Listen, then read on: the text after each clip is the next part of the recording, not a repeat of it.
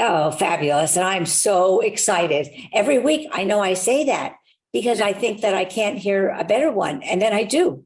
And I cannot.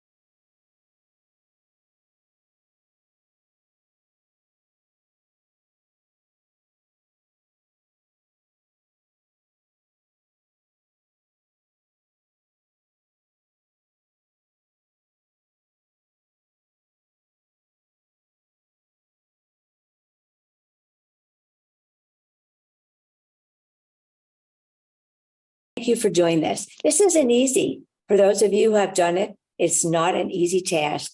So we appreciate those who are willing to give so much. So with that, Karen, I want to introduce you and have you come on. Karen DiCarlo. Karen, how were you introduced to X39? I was introduced in October of 2020. At that point, I was introduced because I was going through a problem with some sciatic pain from a cyst on my spinal cord.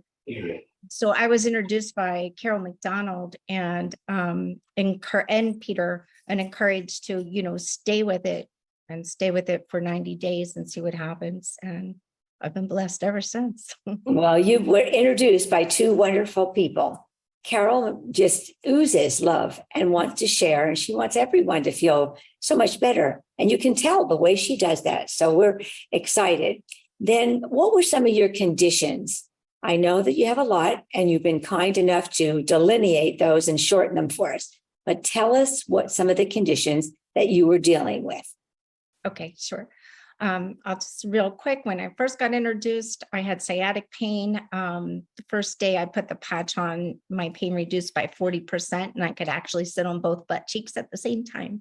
And then by the end of the week, the pain was relieved. So within 4 days of EOM and X39, I went through with the surgery. And after the surgery, I healed 4 weeks ahead of time.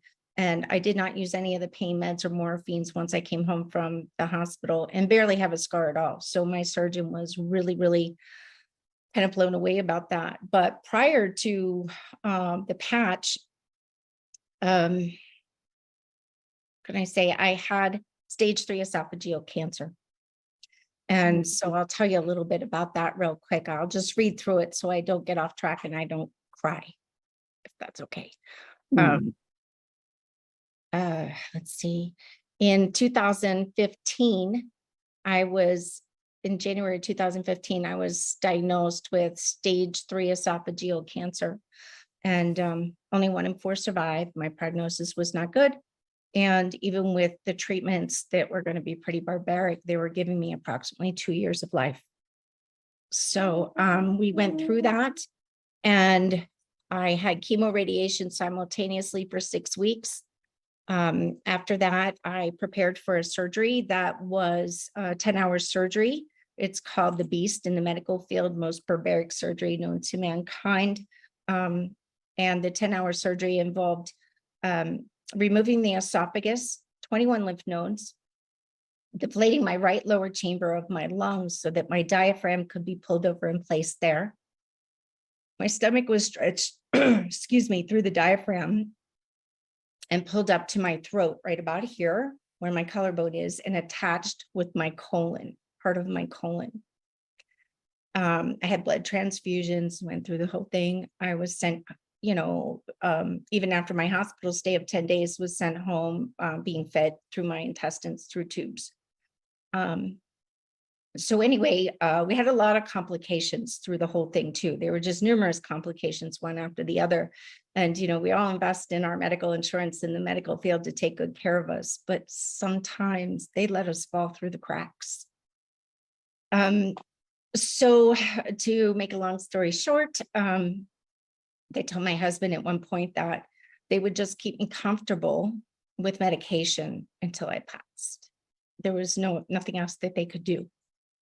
And so we were making. So I just need to stop you for a moment there, because what you told us is so traumatic already before we even go on with the conditions that you had. And when a loved one is told there's nothing we can do just to keep her comfortable, that is majorly significant. So I'm sure for your husband, it was a very desperate time in his life.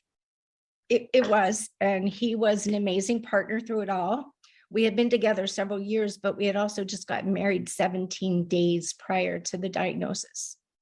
So we were to start, a really big adventure together. And here we were being told it was going to end. So anyway, my husband and my sister said, that's unacceptable. You can't quit on her. She can't quit on her. But secretly inside, I did have one foot in the dirt. I was giving up, and I was that diagnosis. So I went to an acupuncturist. My sister helped. I went and found another form of energy medicine, and I have to promote energy medicine. Energy medicine helps our body do what it was meant to do in the first place. And that made a significant change in my life, significant. So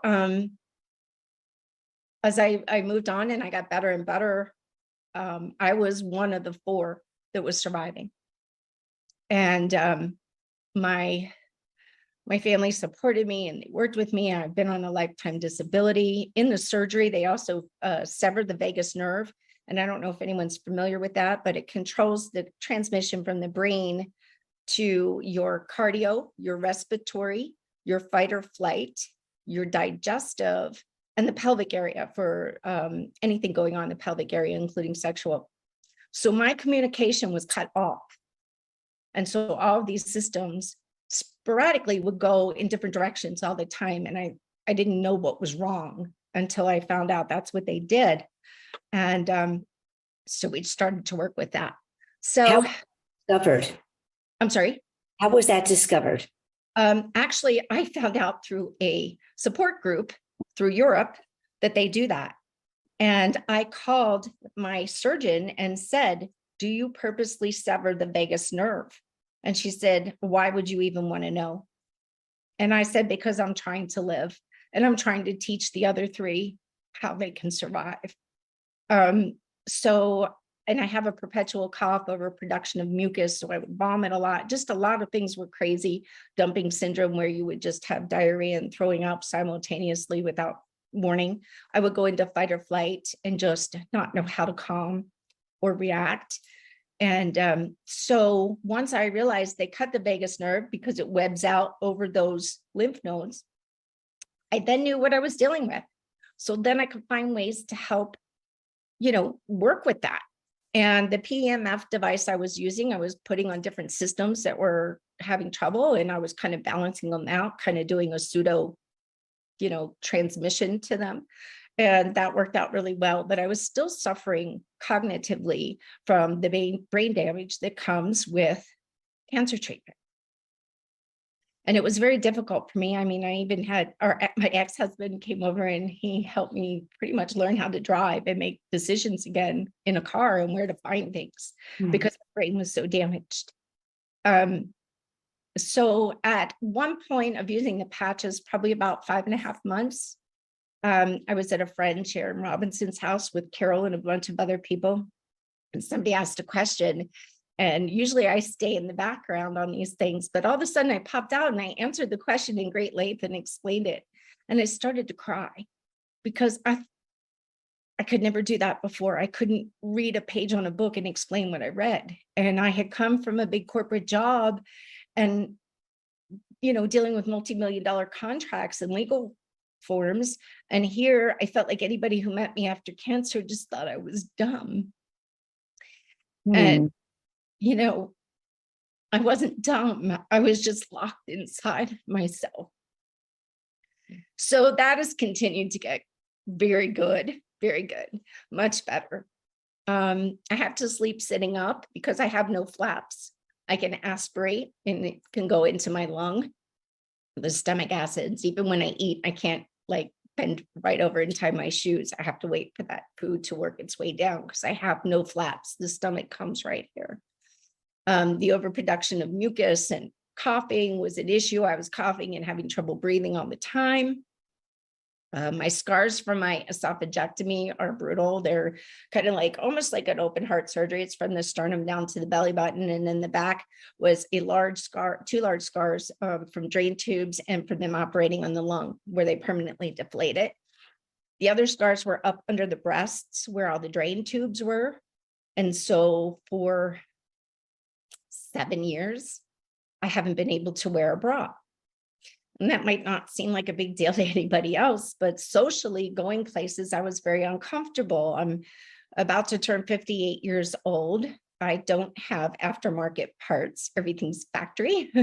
So things don't set where they used to be. And I didn't feel comfortable just not having things in place. And I had to really struggle to dress accordingly to actually feel confident to go somewhere. I can say happily now that that has changed. And past several months, and I'm wearing undergarments and things like that for 8, 9 hours, 10 hours at a time, where I couldn't keep them on 15 minutes because of the nerve pain and the scar tissue. So that's amazing. My mucus and throwing up and the coughing at night has decreased tremendously. I have still remained off of 14 medications that I had been on, some for 20 years before the cancer was diagnosed. And I don't take any prescribed drugs. I really don't even take supplements. I'm on patches. And it's been beautiful. I had the back surgery, like I said, barely any scars. My cognitive is amazing. It's just getting stronger and better every day, which is so exciting. The hair, the skin has improved. I've put on healthy weight. I was very underlooked. I looked sick, even though I looked healthy and I was in a great place from where I came from. I still wasn't the same or in a place. I didn't feel whole and I didn't feel alive inside. Whereas now I've put on healthier weight. I feel like I'm the very best version of me ever. And I feel my light growing. And the light I used to see was a train coming to hit me. And that light is so different. I also got faced with a surgery that they wanted to do 3 years ago on my neck, right after I had the back surgery. My doctor was so sad to tell me that, the pain I was having in my neck that was at level 8 to 12. He called my husband in and he showed us how badly I needed a surgery. And I said, I don't want another one. I don't. Give me some time. Well, 3 years now, this past March is 3 years. I've avoided that surgery. I no longer have any pain. I can move my neck. I can lift. I can do everything normally. I don't even think about the fact that I needed a surgery, which is just amazing. My sleep is better. I'm not vomiting in the middle of the night. Like the brain will go off and wake you if that fluid is starting to go a different place. It's, it's just your body reacts, so it wakes you. And so I'm sleeping much better. Um, let's see, I've had COVID 2 times. One, I was in the hospital for 15 days because I have that deflated lung and it was a problem. My doctor was really good. She called the hospital every day and she scolded them. Don't you do anything to her. Don't you mess up anything she's done. She's a miracle, and don't give her a lot of drugs, and you just leave her have her patches and her PMF device and we'll get her home. And I got home 15 days faster than they had predicted. And yeah, I'm doing great. It did affect my cognitive again, but like I said, that's all reversed. So my cardio is better with the vagus nerve severed. When I would bend over to pet my little corgi, she's a little low rider, or pick up anything, I would spin and I would need to hold on to a counter or a person when I came back up because I would be spinning and I would have trouble breathing. So that's not happening as much anymore. And I started seeing a naturopath here in town and at Orange Advanced Medical. And I introduced them to the patches and they've been wonderful. But in telling about my story, the doc looked up a few things and some of the things he found indicated that these improvements or things that I'm having happen, and even some of the quirky things that I don't want to happen, can only happen if the vagus nerve is responding. And it's completely severed. So maybe it's not anymore. So that's my hope. My digestive, Wow. yeah, my pelvic function we're working on. I still have ways to go, but I've come miles. They told me I had an 87% chance of reoccurrence. And I had the PTSD all the time that it was going to come back and get me. And this year I spent some time with my oncologist and she went over all my records and my blood work's 5-star and everything's just doing great. And she said she's never ever said this to anyone with esophageal cancer, but I took an 87% chance of reoccurrence and I turned it into a 1%. Karen, that is remarkable. Just the whole story is remarkable, but the fact that you would get that report from your doctor, I'm sure there's not one person listening or will listen to this that is not touched by what that has happened. And to know that you have had this as the amazing using light stem and the stem cell activation patches, light in your body. Light in my body and letting my body do something without poisoning it over and over again. My husband's been amazing and sickness depletes our finances. And yet, so many people go out there every day and spend money to be sick. They're going through their drive-thrus for food and just different choices, poor choices. So I used to say the cancer was a divine tap on my shoulder to change my life, but honestly, it was a punch in the face. It wasn't a tap on the shoulder. And I listened to that punch in the face. I've made better choices. I've changed things. And this year when we were doing our taxes, my husband said to me, honey, this is the second year we haven't had any medical deductions. Wow. And it's in a way that we're not getting as much money back. And I said, wait a minute, that's so awesome. Because the other years prior, we were deducting thousands of dollars between the prescription drugs, the tests, the treatments. And so now we've been able to save that money and reinvest it in the equity of our home. And my husband's doing some DIY renovation in our house because our home had to suffer because my health had to come first. And luckily we made it without losing our home, but we did lose all of our savings. So we're rebuilding. So LifeWave has helped us, not just with my health, but it's healing our financial situation as well, not just by the money I make from LifeWave, but what I'm saving in not going through this medical system that was going to quit on me. Karen, remarkable. It's just, I see Peter clapping and we're all clapping. We're all clapping for what a tremendous result. And I think that many that are listening are looking at the X39 that you have used and are looking to say where you place that. You had so many issues.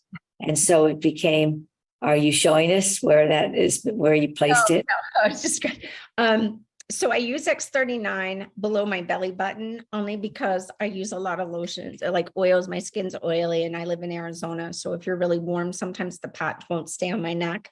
So I use it below my belly button. I use the X49 right next to it below my belly button.